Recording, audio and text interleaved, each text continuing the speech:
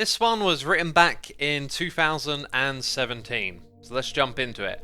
Here's another contender for my album of the year that's been stuck on repeat these past couple of months. Beauty and Sadness is the gift that keeps on giving, a wondrous, expressive record tinged in a nostalgia that flirts with many styles and influences while graciously holding its own. This is my first experience with the Manchester four-piece outfit, who have released 2 full lengths prior to this third.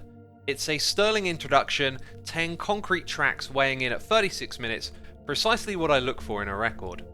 Describing their sound beyond its inspiration is a tricky business.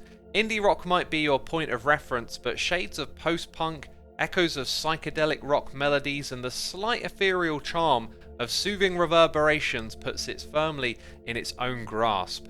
Then there's the synths turning up on a handful of tracks, adding another dimension to their sound without any obvious intrusion into the chemistry. It sweetly brews without an eyebrow raised. On How Far Must We Go, they bring a smooth jazz flavour, playing like a slick saxophone over a grooving bassline jam. To walk you through the sounds and variety that I adore about this record, it kicks off with its most ambiguous track, morphing, swirling and burying a repeated sampled voice in a thick haze of synth that brings out, dare I say it, warm fuzzy vaporwave vibes.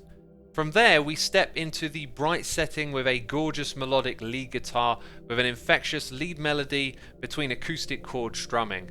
We are first introduced to the record's voice, a singer who knows his range, a sincere expression that can sway between a firm tone for adventure and a more vulnerable, softer side best heard on My Heart Longs For You Pizza, which has a golden oldies vibe I adore.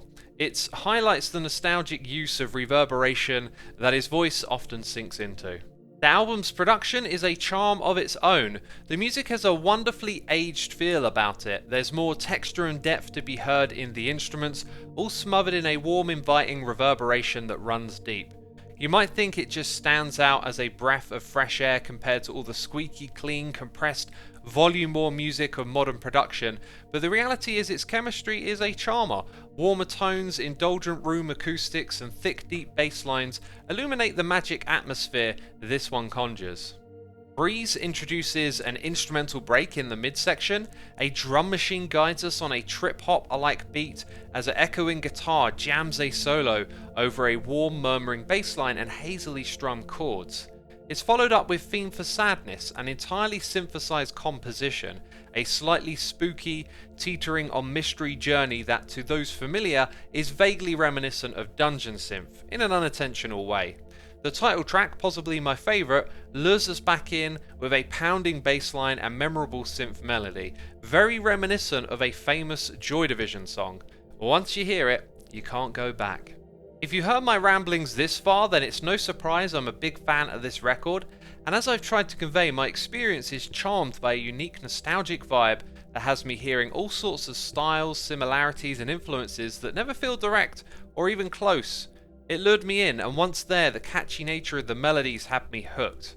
Horsebeach make their voice and own it. Can't wait to get my claws into the 2 records that came before this one.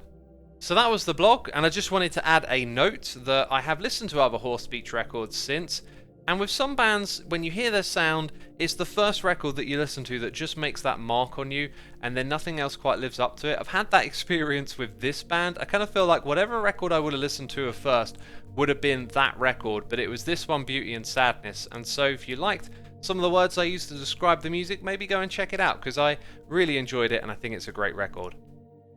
Thanks for listening. If you'd like to see some more of my music blogs, go check the website out. Every page has over 1,000 articles sorted by artist, year, genre and more. Just hit Ctrl F and have a search for something that interests you.